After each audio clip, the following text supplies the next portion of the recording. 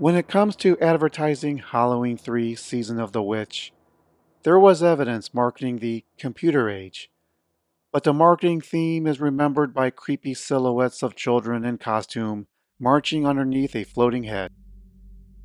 This was the computer age of 1982, when the Atari 2600 was trending.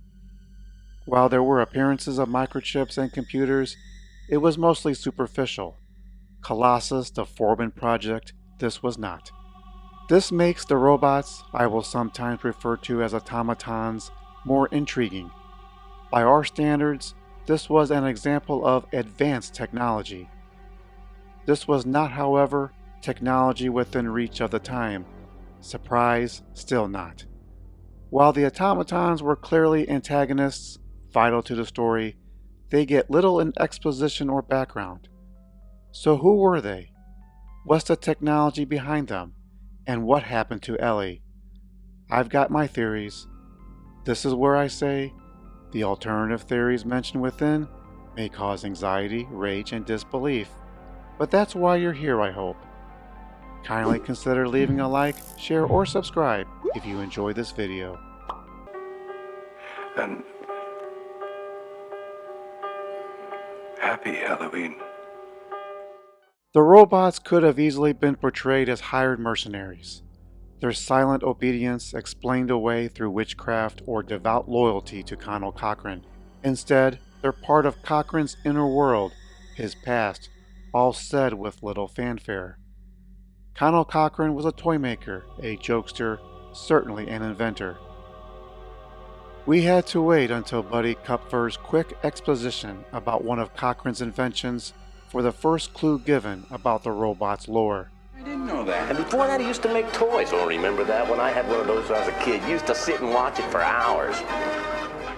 This was not only a toy, but an oversimplified example of an automaton. Its purpose was to amuse, if not distract, human customers. It's a hint of Silver Shamrock's history in robotics.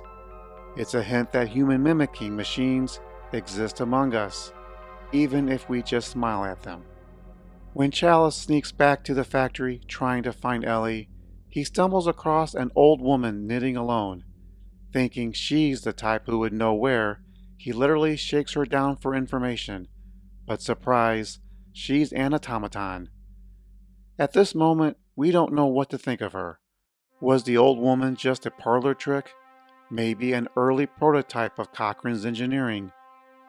We discover soon later that it was a very rare invention, made in Munich, 1785, and a replacement can be found. This leads to more questions. Was it just an antique? Was it an invention of Cochran himself from the 18th century, making him a very old man with a disturbing life expectancy? We can infer that it was very important to Cochran and given a seat in one of the front rooms. Cochran clearly showed affection for the automaton, like an aunt or mother. But this in contrast to what he feels about his newer creation. Clumsy. Regardless of advancements in mobility or artificial intelligence, Cochran isn't too bothered over the loss. He thinks of his invention as an annoyance, as if he dropped a blender on the kitchen floor. He even gives it a final scowl. Now, if you're really curious about the background of that life-size knitting robot, the revised draft of the script reveals a line unspoken in the film. Cochran suggests to himself to reach out to an agent in Europe to find another like her. This has me believe that Cochran has an affinity to similar objects and artifacts. The story is better without this detail given. The big question, why couldn't Cochran repair her? In the elevator, we hear from Cochran himself, almost boasting how simple the inner mechanics were to design and develop, but the outside, their physical features, were much more difficult to be convincing. As Cochran puts it, The internal components were quite simple to produce, really. The outer features took much longer to perfect, but then, of course, in the end, it's just another form of mask making. his simple exposition here does show some of his motivations. Like a mask, it's all about deception or perhaps gaining acceptance without drawing too much attention. To Cochran, they are toys, faithful and loyal, but toys nevertheless. Maybe his automatons won't speak much, but they do give a convincing sneeze. But it still doesn't explain the technology behind it. In what I think was the only example portraying Dr. Chalice as a heavy drinker that pays off is when he bumped into the old bum, Starker, after buying a heavy bottle of Happy Juice. The poor broke fella explained how Cochran brought in his own people and wouldn't hire him. Go figure. This is the first reference we could make about machines replacing people, specifically in factories, since the self-service kiosk wouldn't exist for a few more decades. Not knowing they are machines may be an analogy of how we don't all know the number of human-filled positions inside a factory dwindles over time. It's all done in plain sight, and no one asks questions until the economy crashes, like the life of this man. Piecing together the clues through Chalice's capture, we get an idea what Cochran's robots are. Repeated viewings do help. There is the variety that are bodyguards, assassins, and no-nonsense curfew police. They are all male-looking, generally look alike, and are well-dressed. They do not speak, but there is a second variety revealed. They are technicians of both science and the dark arts.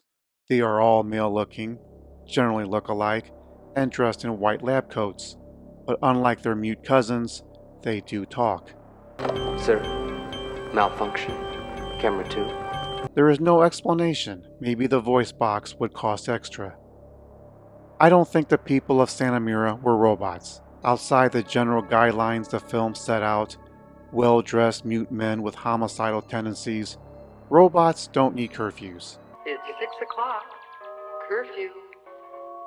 Curfew. Clear the street. That goes for the public-facing staff of the Silver Shamrock. They show emotion or spontaneous gestures, they speak, yet they too are dressed in coordinated costumes to help separate them by class or species.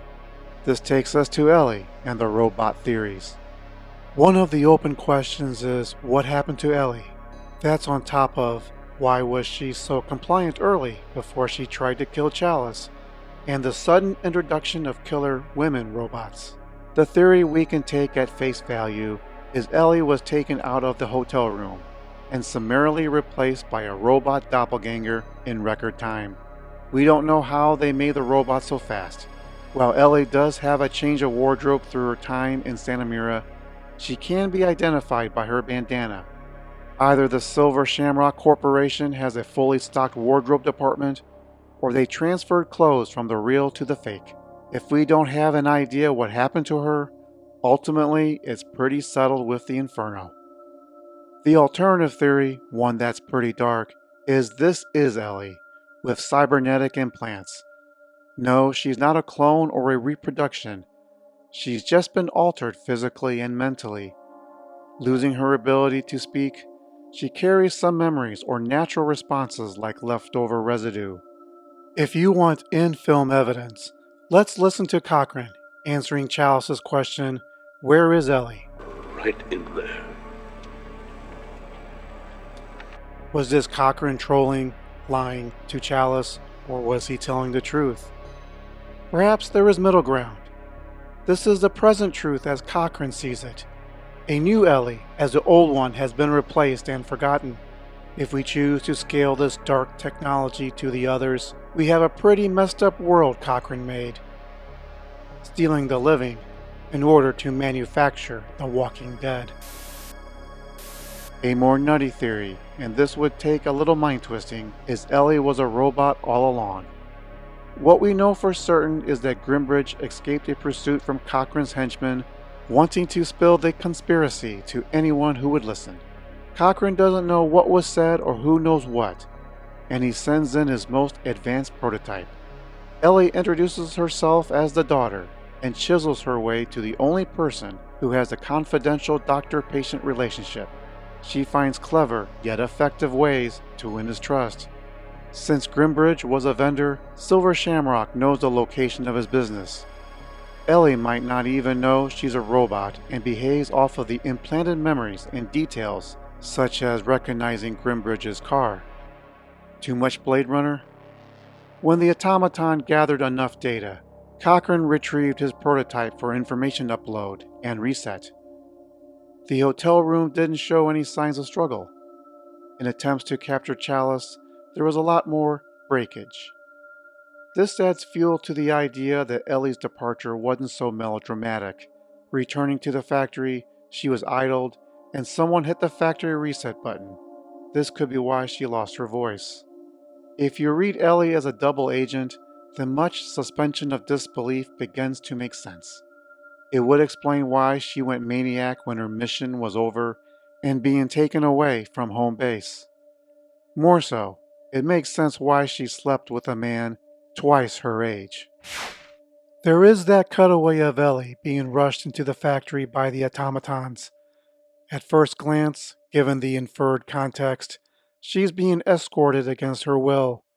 However, she doesn't protest much, silent like her captors, says not a single word. Very like how Chalice took her out of the factory, quiet, mute. One thing that gets glossed over is artificial intelligence. The automaton's actions range from pre-programmed routines, if then do this and that, to research and development. Too bad they didn't learn to turn off the television. Programming intelligence was something Cochrane thought was so easy, he didn't bother to hint how. I'm sure it's just a little bit of this and a little bit of that. Taking passages from the script proves a deus ex machina that I long suspected. When Chalice was a captured audience for Cochrane, Cochrane tells him, "But there we are. Advanced technology is always magic to one who doesn't understand it, and a great magician never reveals his secrets."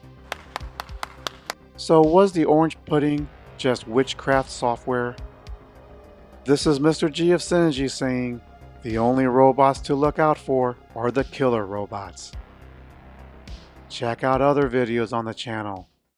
Thanks for watching.